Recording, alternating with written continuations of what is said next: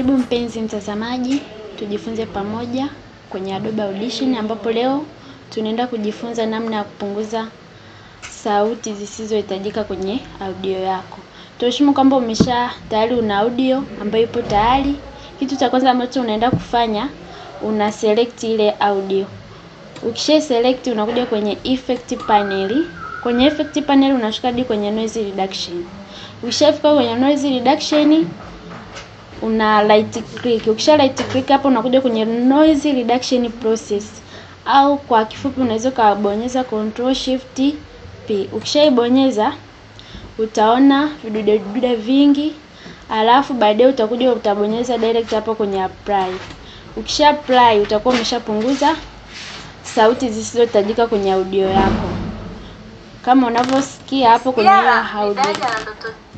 Hii audio ipo clear, kwa hiyo hapo tayari utakuwa ushapunguza sauti ambazo zisizohitajika.